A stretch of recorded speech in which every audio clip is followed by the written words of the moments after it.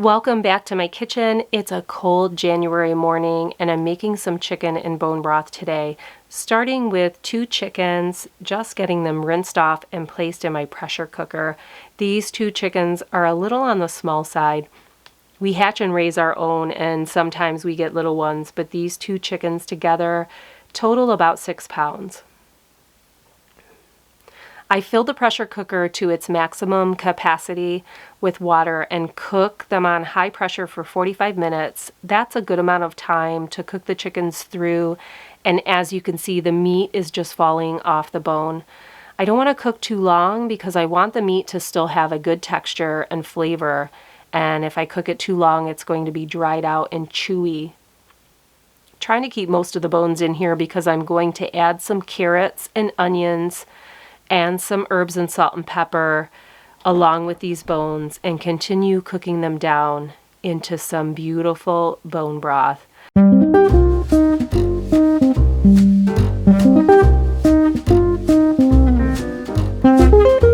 I don't always use vegetables, but I do always season it.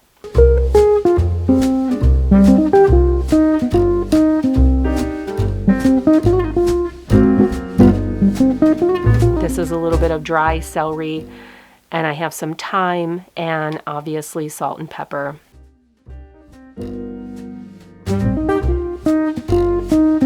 On this second round of pressure cooking, I ran the pressure cooker on high pressure for an hour, and I'm manually releasing the pressure just because I want to get it on the stove. There's another step to this process, which is the longest step, and that is keeping this bone broth at a very low simmer on the stove to reduce it down.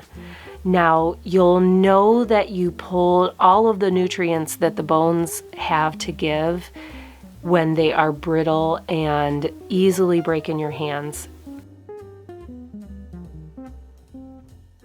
This is a little more of a simmer than I like to see. I did turn my heat down at this point.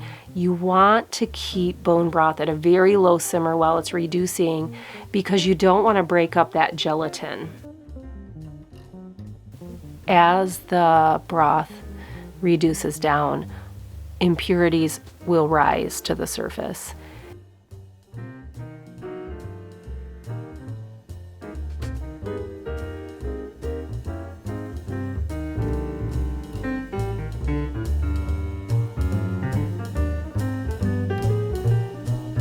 I have measurements on the side of my stock pot, which is so helpful because I started with about 5 quarts and I took it down just under 4.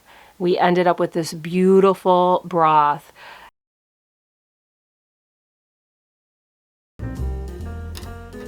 I dumped it into a large bowl because I want it to cool down as fast as possible before putting it into my jars.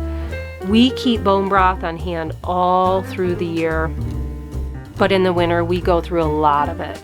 And most of this is going to be gobbled up as soup.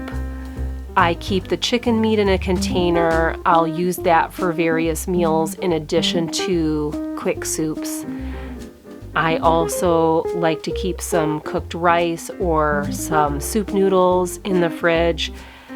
And that way, when we want to have a quick bowl of soup, we can throw some rice in there with some meat or some noodles and meat, add some bone broth, and we have a delicious, nutritious soup to enjoy.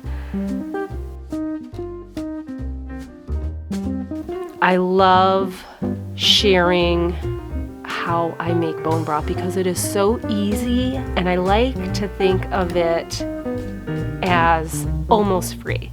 Because you know I'm going to cook that chicken anyway and make meals with it, so why not cook down those bones and make a delicious, nutritious bone broth as well. Thanks for hanging out with me today. I'll see you in the next video.